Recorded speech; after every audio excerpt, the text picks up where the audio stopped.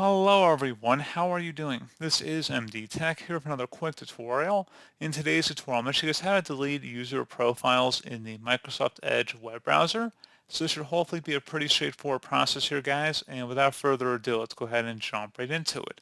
So all you have to do is select the three-dotted icon up at the top right corner of the browser window.